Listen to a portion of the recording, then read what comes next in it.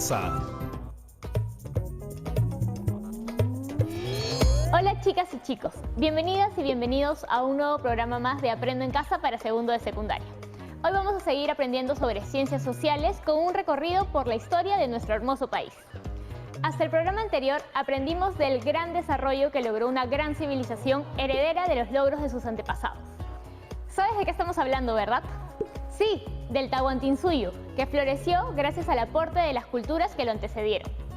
Pero en 1532 ocurrió un hecho que cambiaría de manera drástica nuestra historia. Nos referimos a la captura del Inca Atahualpa en Cajamarca.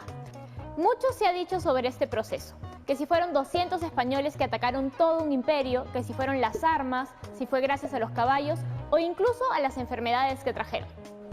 Para ti, ¿cuál fue la principal causa de la caída del Tahuantinsuyo?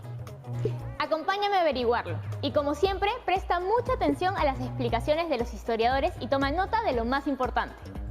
¿Listas y listos para empezar? Muy bien, avísale a tus familiares para que aprendan juntos. Ahí va el video.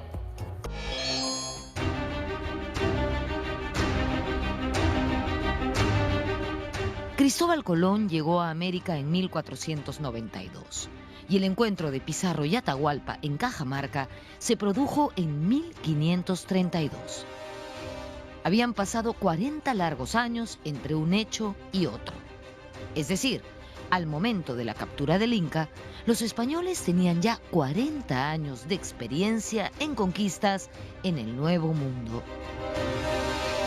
La conquista fue la punta de lanza en América de la expansión de los imperios europeos.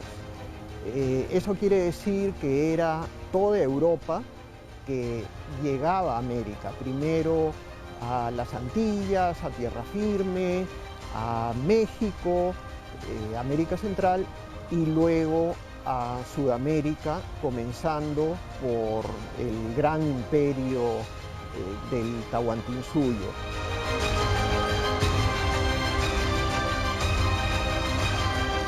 Pues cuando vinieron al Perú venían ya preparados para una conquista, armados hasta los dientes.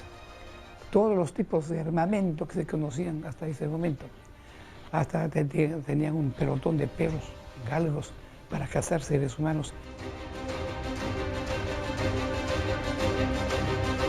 Francisco Pizarro era un hombre de su tiempo, un hombre de guerra, un experimentado capitán que había combatido en 1.000 batallas. Había sido uno de los fundadores de Panamá, además de alcalde, regidor y visitador.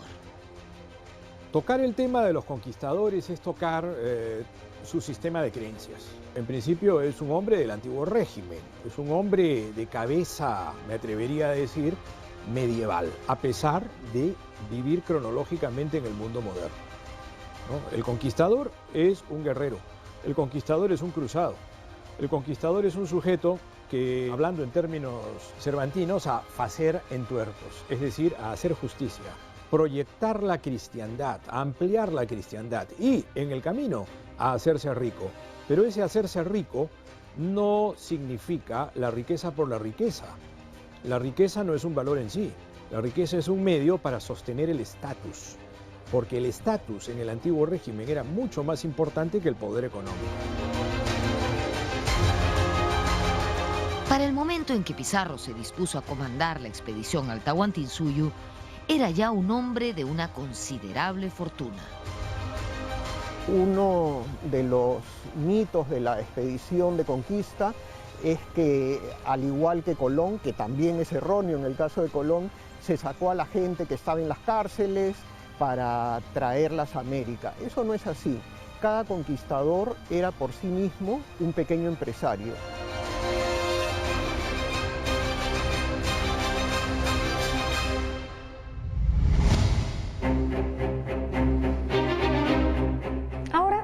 Vamos a aportar un par de datos sobre la conquista que hace tiempo se conocen en los círculos académicos, pero que no han sido suficientemente divulgados, ni siquiera en los colegios.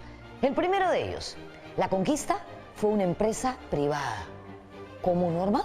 ¿La conquista no fue financiada por el Estado español? No, fue una empresa privada. Es cierto que el Estado español dio permisos y una suerte de concesión, pero fueron los conquistadores quienes consiguieron sus recursos, que no fueron pocos, por supuesto, ¿no? Imagínense, barcos, armas, municiones, comida para una cantidad enorme de gente durante toda esa aventura. De eso podemos deducir que los conquistadores no fueron necesariamente unos pobrecitos, no, era gente con recursos. Y no solo con recursos, sino también con contactos que podían facilitarles obtener lo que ellos necesitaban. El segundo dato es el siguiente. Desde chiquitos nos han enseñado en el colegio, bueno ya, al menos a mí, que los socios de la conquista fueron tres: Francisco Pizarro, Diego de Almagro y Hernando de Luque. Al parecer, la cosa no fue tan así. Es decir, Hernando de Luque no sería un socio de la conquista, sino una suerte de testaferro. El verdadero tercer socio de esta empresa sería un acaudalado banquero español llamado Gaspar de Espinosa, que vivía en Panamá y que por alguna razón no quería figurar. El primer viaje de conquista lo emprendió Pizarro en 1524, junto a 100 soldados y algunos perros de guerra. Luego de duros enfrentamientos con los naturales, en los que Pizarro y Almagro quedaron muy afectados, Almagro incluso perdió un ojo, ellos emprendieron el retorno. En el segundo viaje ocurrieron varios hechos significativos. Primero, el secuestro de los tres muchachitos, unos comerciantes costeños que navegaban en una balsa y a los que convirtieron en intérpretes. Luego, el famoso episodio de la Isla del Gallo, donde en un momento de crisis en el que toda la tropa quería desertar, Pizarro trazó una línea en el suelo para que los soldados decidieran quiénes lo acompañarían. Solo fueron 13, los 13 de la fama. Los 13 de la Isla del Gallo. Era muy duro. Una expedición de conquista es muy difícil de imaginar ahora todo lo que había que hacer. Los caminos no estaban preparados para la rueda. No eran caminos para transportar piezas de artillería que rodaban sobre ruedas. Los caminos subían a alturas que los conquistadores nunca habían remontado y volvían a bajar a los fondos de los valles, bajaban a las cejas de selva.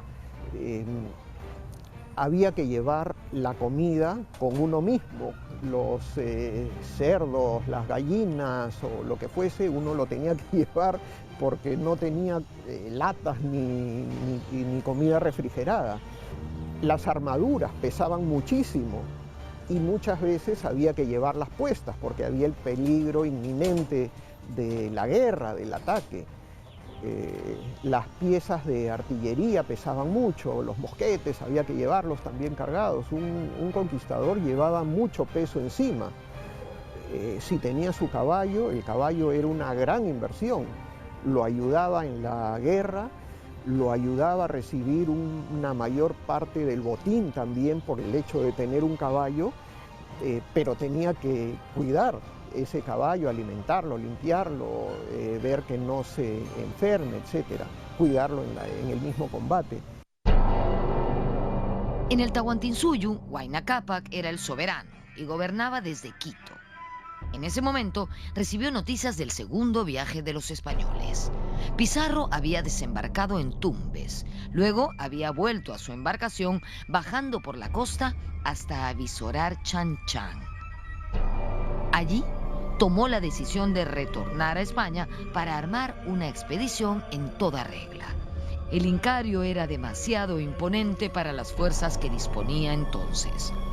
Luego enfermó Huayna Cápac y su sucesor ya designado.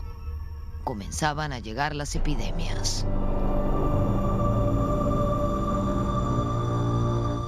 Ocho años antes que los españoles a Perú. En 1524 hay una gran peste que mata al propio Inca. que por todos los relatos, evidencias es viruela. ¿Cómo llegó la viruela? Bueno, posiblemente contacto de indios Panamá, que entraron en contacto con estos comerciantes chinchas y que trajeron la enfermedad, ¿no?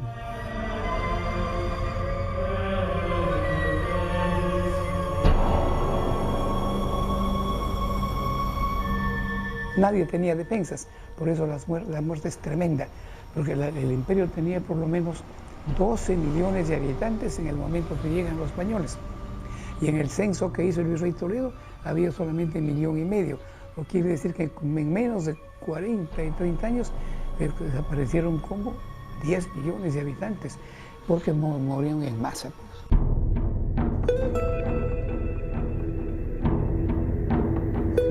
Antes de emprender el tercer y definitivo viaje de conquista, Pizarro y sus socios decidieron negociar directamente con la corona. Fue así que se firmó la capitulación de Toledo. La corona daba el marco jurídico global para la empresa de conquista, la corona aportaba ciertos beneficios, el monopolio de la conquista, la corona tenía siempre la amenaza final de la fuerza para proteger los convenios que ella hacía.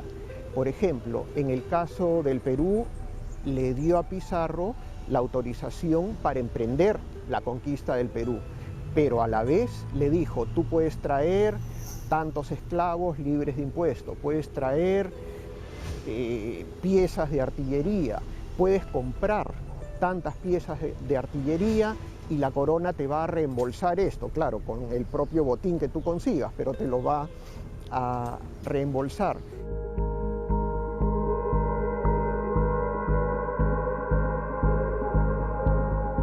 La muerte de Huayna Cápac se mantuvo en secreto. Su cuerpo fue embalsamado y traído al Cusco como si estuviera con vida, para evitar disturbios hasta que se anunciara su sucesor. Pero ustedes ya saben cómo son estas cosas, ¿no es cierto?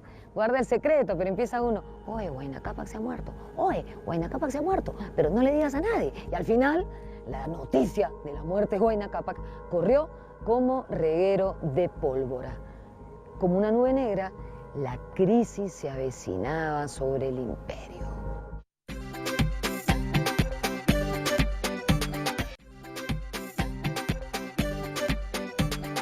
Las guerras fratricidas entre Huáscar y Atahualpa, que se produjeron luego de la muerte de su padre, el inca Huayna Cápac, no fueron un fenómeno extraño ni único en la historia andina.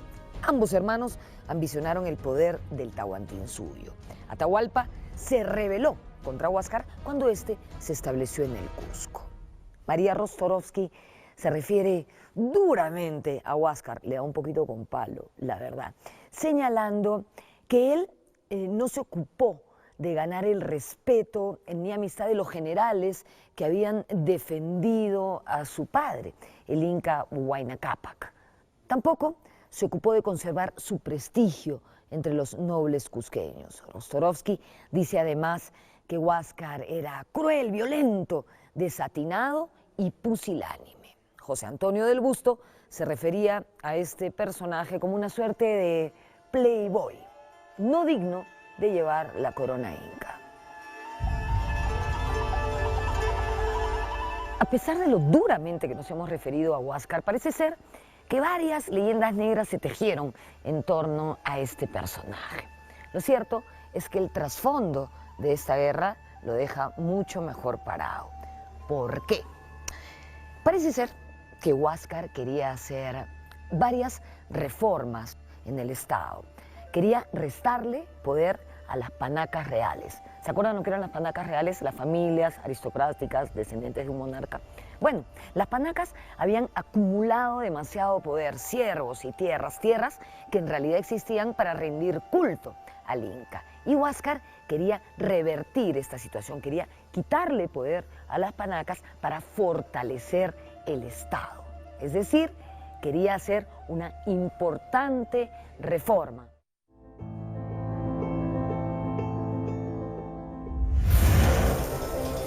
Atahualpa cayó en una primera batalla. preso a manos de los Cañaris, un grupo étnico situado en la sierra del Ecuador actual. Pero esa misma noche se escapó de prisión. Luego contaría que se había transformado en serpiente, ganando su libertad a través de los barrotes de la celda. De acuerdo a su versión, era un dios y por lo tanto era invencible. Hay todo un mundo mítico que explica acontecimientos de manera sobrenatural. Y particularmente los dioses, hay que recordar que los incas son hijos del sol, tienen atributos mágicos religiosos, ¿no? Como personajes divinos. Atahualpa logró remontar la muy cruenta guerra civil entre los incas y obtuvo una esforzada victoria. Huáscar había entregado el mando a varios generales que fueron vencidos, hasta que él mismo tomó la dirección de la guerra y el resultado fue aún peor para su causa, pues fue hecho prisionero. Estábamos ya en el fatídico año de 1532. Estando en Cajamarca, Atahualpa fue alertado de la reaparición de los hombres barbudos que cruzaban el mar. Decidió detener su marcha triunfal al Cusco y recibir a los extranjeros que tanto habían intrigado a su padre. El Cusco estaba capturado por el general Quisquis, leal a Atahualpa, quien había desatado una feroz represión sobre el sector de la aristocracia cusqueña, fiel al Inca derrotado. En el tercer viaje de conquista, los españoles encontraron que la tierra estaba desolada por la guerra civil entre los incas y ya no percibieron ni el orden ni la amabilidad que encontraron durante el viaje anterior.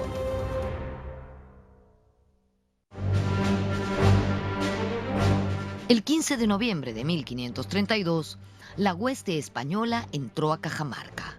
De acuerdo a lo convenido con Apo, la ciudad estaba prácticamente abandonada y la plaza vacía. Pero durante la entrada, en cada elevación, los españoles encontraron pertrechos y campamentos militares. Una vez en Cajamarca, Pizarro dispuso a su gente en 3 grupos guarecidos en las callancas de la plaza. En la más espaciosa ubicó a la caballería, al mando de su hermano Hernando Pizarro y de otro Hernando, apellidado de Soto. La infantería estaba con él en otra callanca de la plaza. Luego envió una misión al mando de los 2 Hernandos para entrevistarse con Atahualpa e invitarlo a venir a conversar a la plaza. Los jinetes viajaron a los baños del Inca, donde Atahualpa tenía su campamento real. Allí los recibió sentado en una alfombra. Los indios colocaron una cortina entre él y los españoles. El Inca permaneció con la cabeza mirando al suelo, no les dirigió ni una mirada. De Soto intentó asustar a Atahualpa, haciendo unas cabriolas con su caballo, pero el Inca ni se inmutó. Quien resultó sorprendido fue el propio De Soto.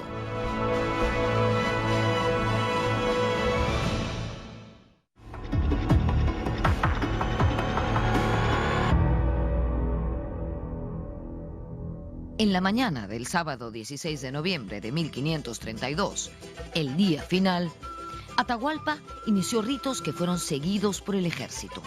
Eran cantos rítmicos incesantes, acompañados por coreografías en el sitio, sin desplazarse. Después del mediodía, los españoles se desesperaron y enviaron a uno de ellos a pie a apurar al Inca. Llegó hasta el campamento de Atahualpa, pero los indios no le prestaron mayor atención y continuaron con su ceremonia. Hacia las 3 de la tarde, el Inca inició su marcha hacia Cajamarca. Ingresó a la plaza de armas en andas, cargado por miembros del grupo étnico de Lucanas, quienes tenían en gran honra ser los porteadores del soberano. También en andas, aunque detrás, se hallaba el señor del Chinchaysuyu, quien pereció más tarde ese mismo día.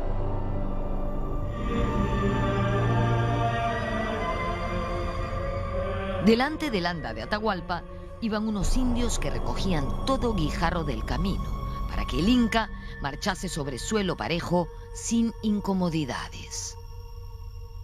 Detrás de Atahualpa iban los músicos y una enorme comparsa que marchaba rítmicamente.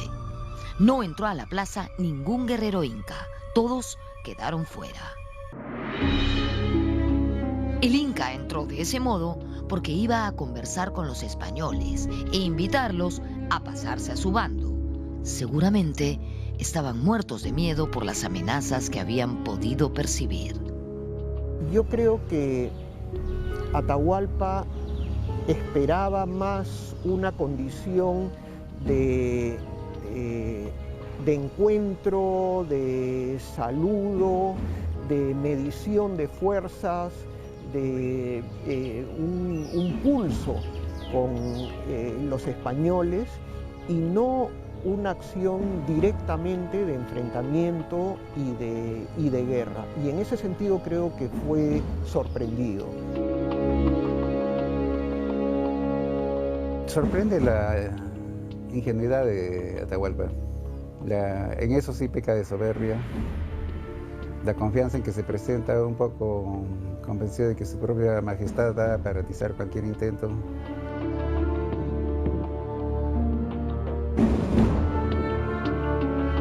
El Inca bajó con miles de hombres, pero no eran soldados, no eran guerreros, no estaban armados.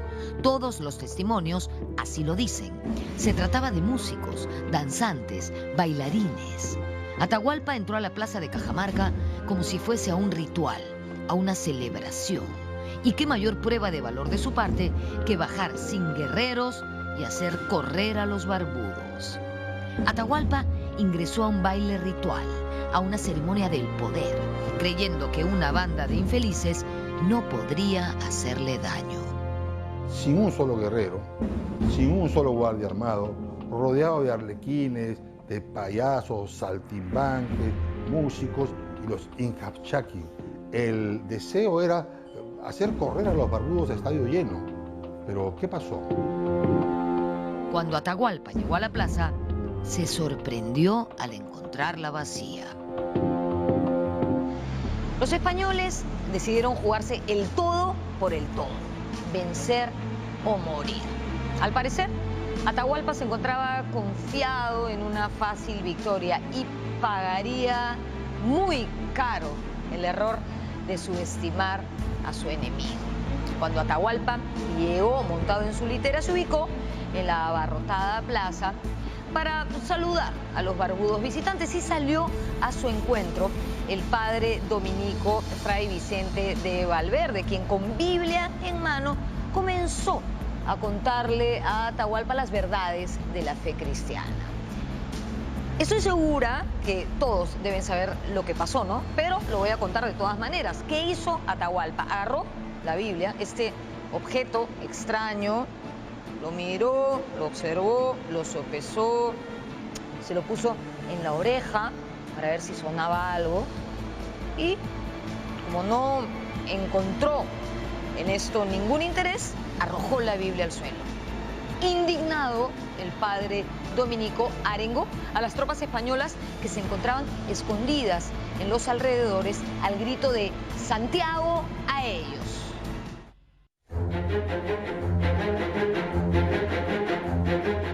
En el momento de la captura, un español perdió la compostura y trató de asesinar a Atahualpa atravesándolo con una lanza.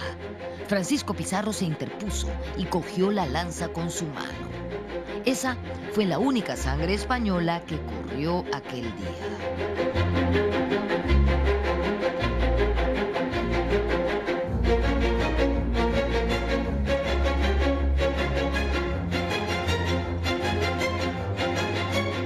Pizarro dijo, nadie toque al indio, so pena de la vida. Y uno dice, caramba, qué buena gente Pizarro. No, pues, esto hay que entenderlo como un secuestro. En todo secuestro, el primer interesado en la salud del secuestrado es el secuestrador.